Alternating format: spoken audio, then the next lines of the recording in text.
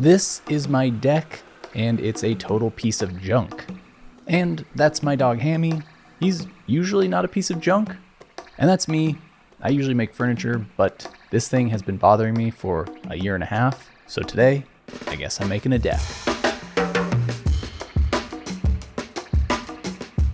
We moved into this house about a year and a half ago, and the one thing I've hated about it since day one was this deck, and in particular, this stupid thing. When we moved in, it was an ugly planter with ugly plants, and apparently at one point, it used to be an ugly jacuzzi water feature thing. I'm not gonna lie, I have been wanting to do this for a while now.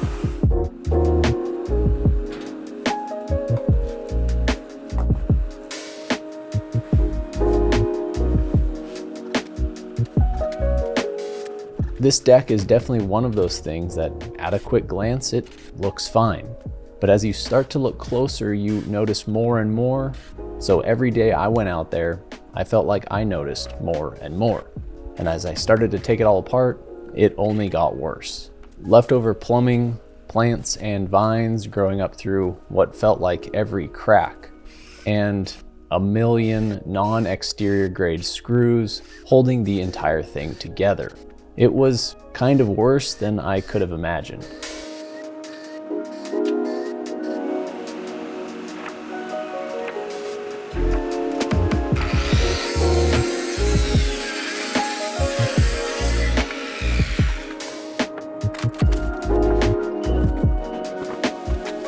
And honestly, it felt like the old deck was built with leftover scraps when they built the house. And in some places, it even looked like someone tried to fix some of the issues at some point. Just pulled off the fascia board and found this. So another reason why I think this deck probably was redone at some point. All these screws are all old and rusty, and I think they came back and put in these lag bolts to just reinforce everything. Worked like a charm. So kind of scary. I definitely had moments while dismantling everything where I felt like an idiot just for letting my family stand on this. Luckily, it's only about 18 inches off the ground, and luckily, it doesn't exist anymore. All right, I had to get this one. I was pulling this board out, pulled it off this post, and it's connected here and here, and this entire ledger board just popped off the wall. Looks like they had their concrete anchors in not far enough.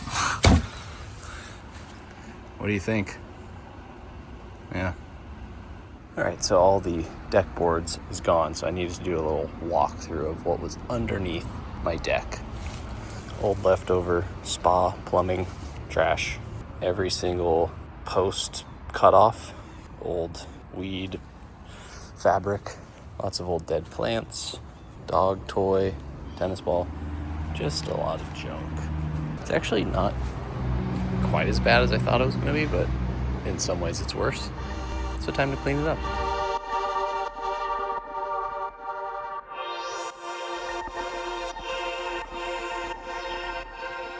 Getting rid of the old deck was very satisfying. There's just something about the clean slate that feels like a shot of fresh air. So with a metaphorical and probably literal sigh of relief, all I could do now was start to build a new one. The only problem is I have never built a deck before. I had laid everything out with string lines and markers to give me a clear idea of where everything would go. Then we had a week-long ice storm, which wrecked it all. Lucky for me, I had done a decent job marking the placement of my footings, so I just needed to dig 13 holes. And when some of those holes happened to land where old concrete had been poured for the old deck, I had to remove old concrete to replace with new concrete.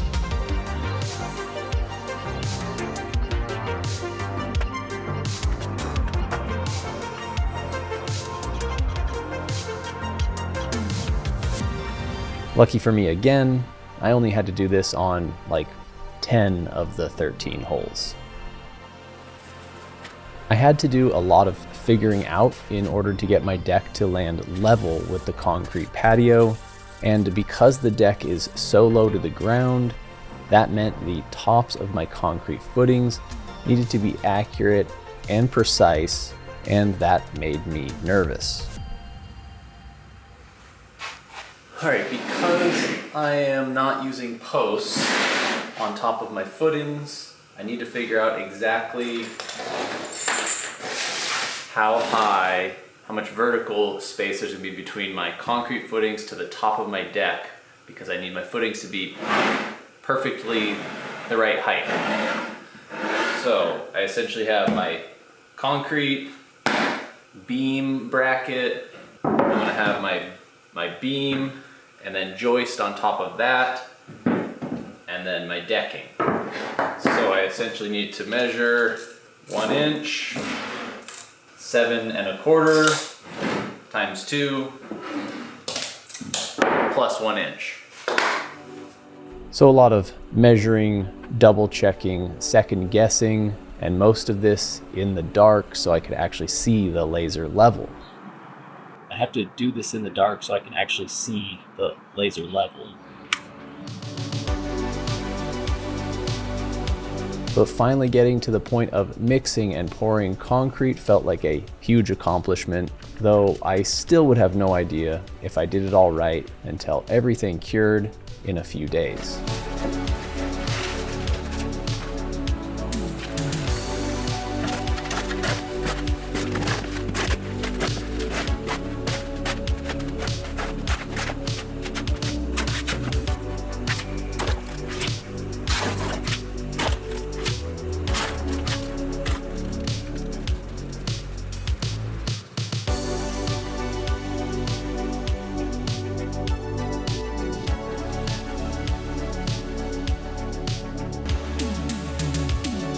Well, just like I'm unsure about how my concrete footings are going to turn out, I'm also unsure about how much of my personal information is out there on the internet for anyone else to see.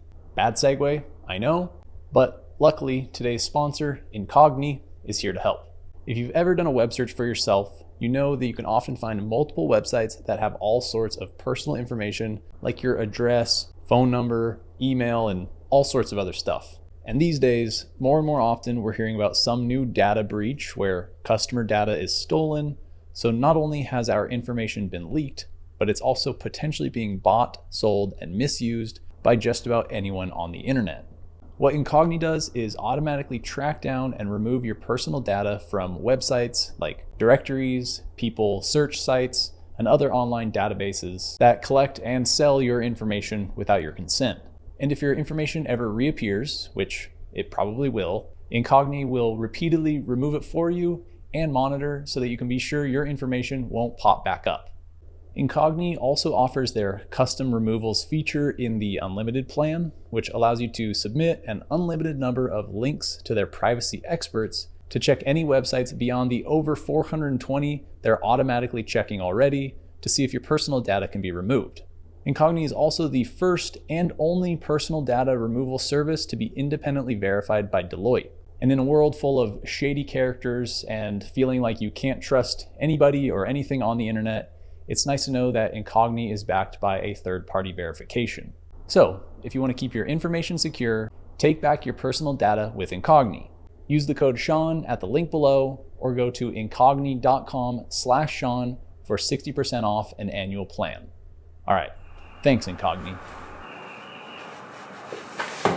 All right, so before I start building on my new concrete, I want to do what I can to make sure my new deck doesn't end up looking like my old deck, and hopefully some weed fabric will help with that.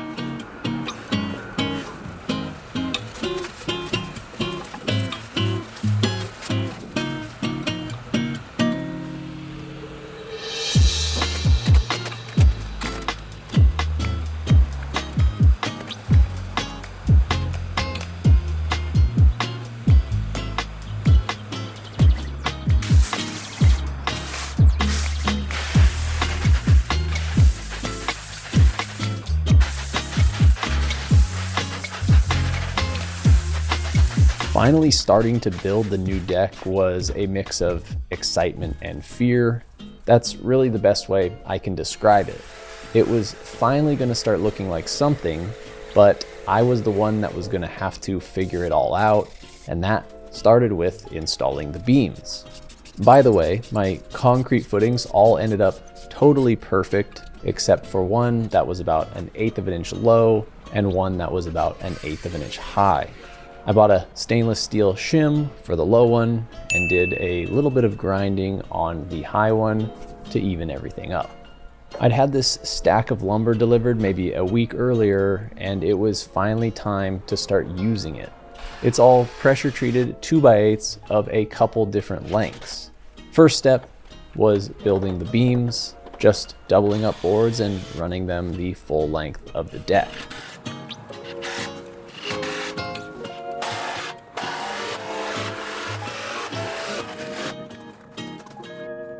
Then on top of the beams were the joists, and this part is essentially framed like a wall if the wall were laid flat on the ground.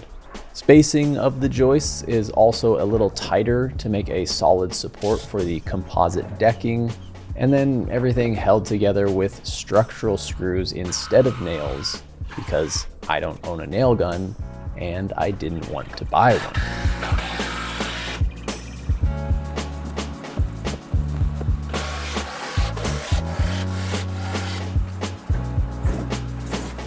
The center section of the deck was all pretty normal, but where I really needed to concentrate was on the ends.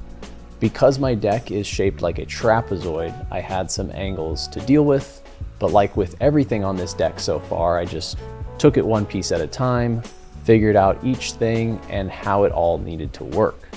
I came to realize around this point that no matter how much pre-planning you do, I modeled my entire deck in Fusion before I touched anything, you'll always get the best result by actually referencing what you're building and going off of what's in front of you and not what's on the computer screen.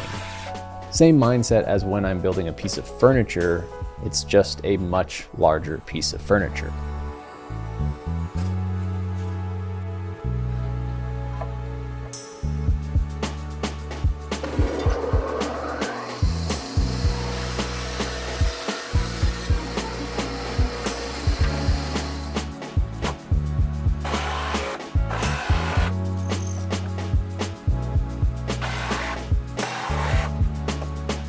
The last part of framing was adding hurricane ties to secure the joists to the beams.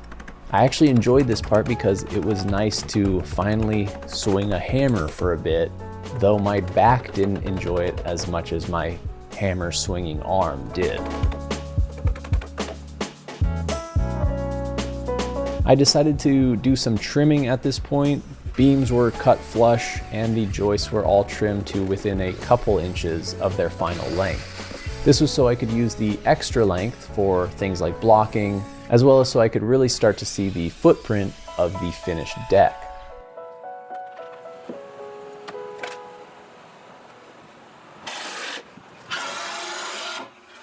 This also included cutting out where the inset step was going to be.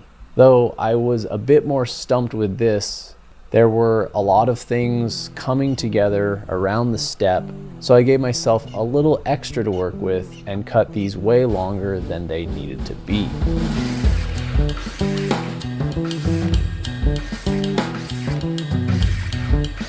It was really about seeing the bigger picture.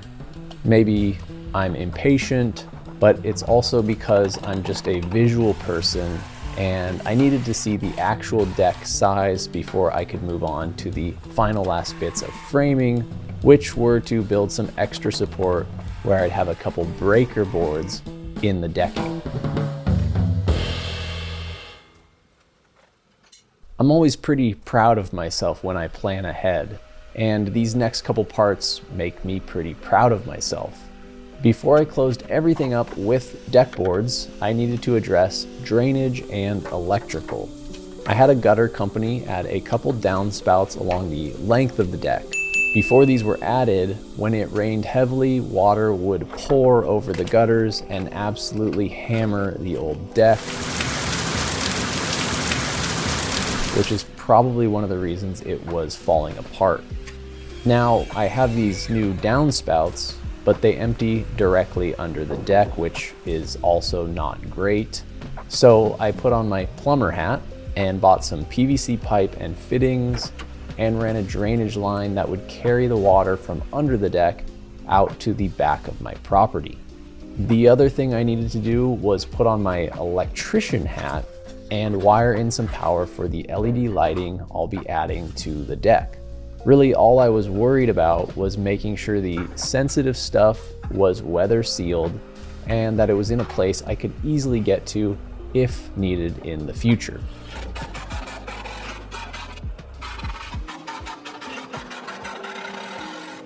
Well, after a couple weeks of having no usable back deck, and honestly a fairly serious safety hazard just steps outside our back door, it was finally time to make this deck a real deck. And it felt good to get to this point. After covering the tops of my joists with joist tape, I started to lay out the first deck boards.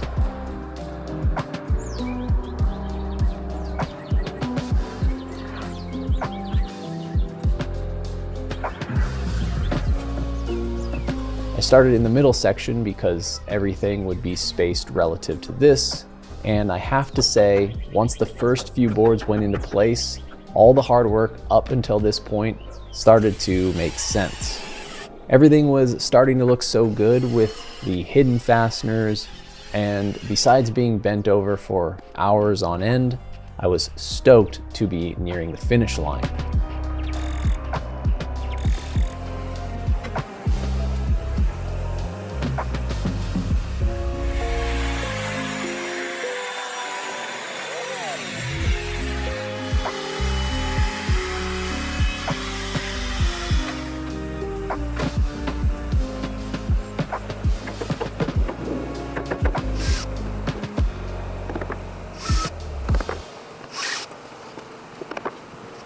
I was also able to finally lock in the placement of the step, which I had already framed and just needed to persuade into place.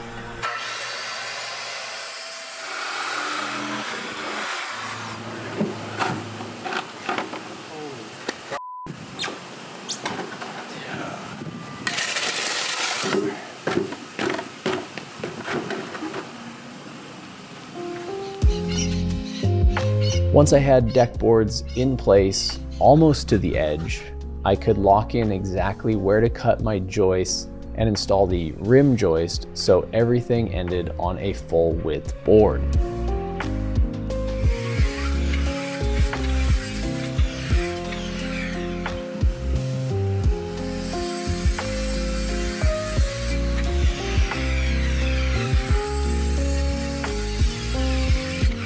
I did get myself into a bit of a pickle on the side up against the house though.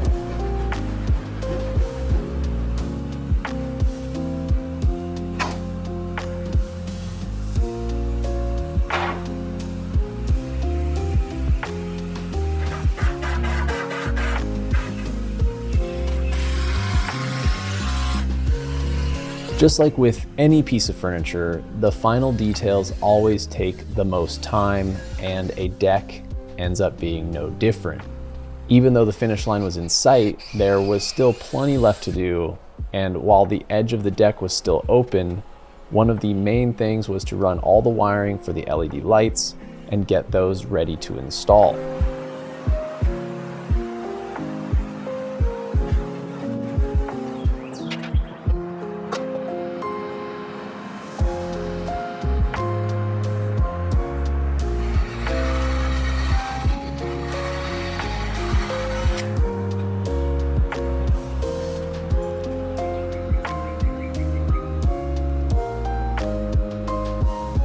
I also had a few details that were a product of my deck design, coupled with the type of deck boards I purchased. I didn't want to do mitered corners on my deck. I wanted to be, I guess, a little bit different. So in a few spots where the ends of deck boards would be seen, I needed to figure out how to hide the grooves on the bottom.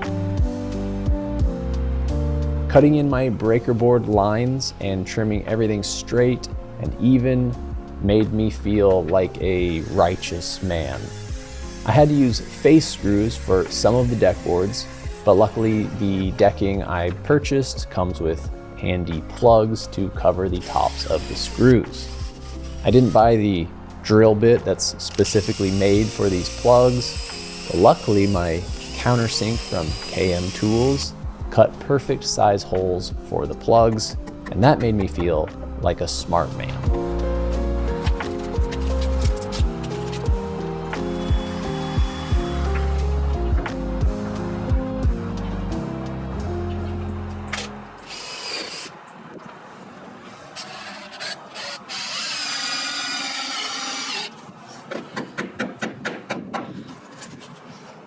The last two things on this build were really just the finishing touches, the cherry on top. Finally installing the LED lights was one of those things, and it was the thing I was most excited for and also the most nervous about. Would it look good during the day? Would it look good at night? Would it be too much, not enough? I guess I wouldn't really know until I just got them in place and finally turned them on. And once those were in place, the fascia was really the last part of the whole ordeal. I went with black fascia to add some contrast and tie everything in with the aesthetic of our house. This also might have been the most straightforward part of the build, though making a couple 20-foot long rip cuts on my table saw was a new challenge.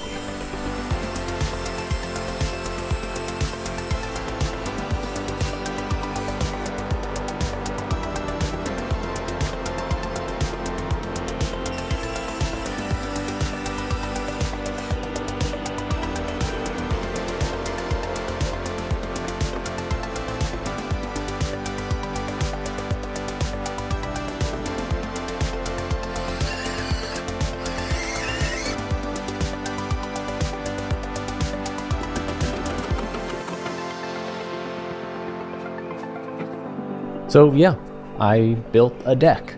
It was hard, and I didn't know what I was doing half the time, but I did it, and I think I did a pretty good job. So I'm gonna reward myself and take a moment and enjoy my new deck and do my best to not look out at the rest of my backyard and stare at all the other projects that are on my list.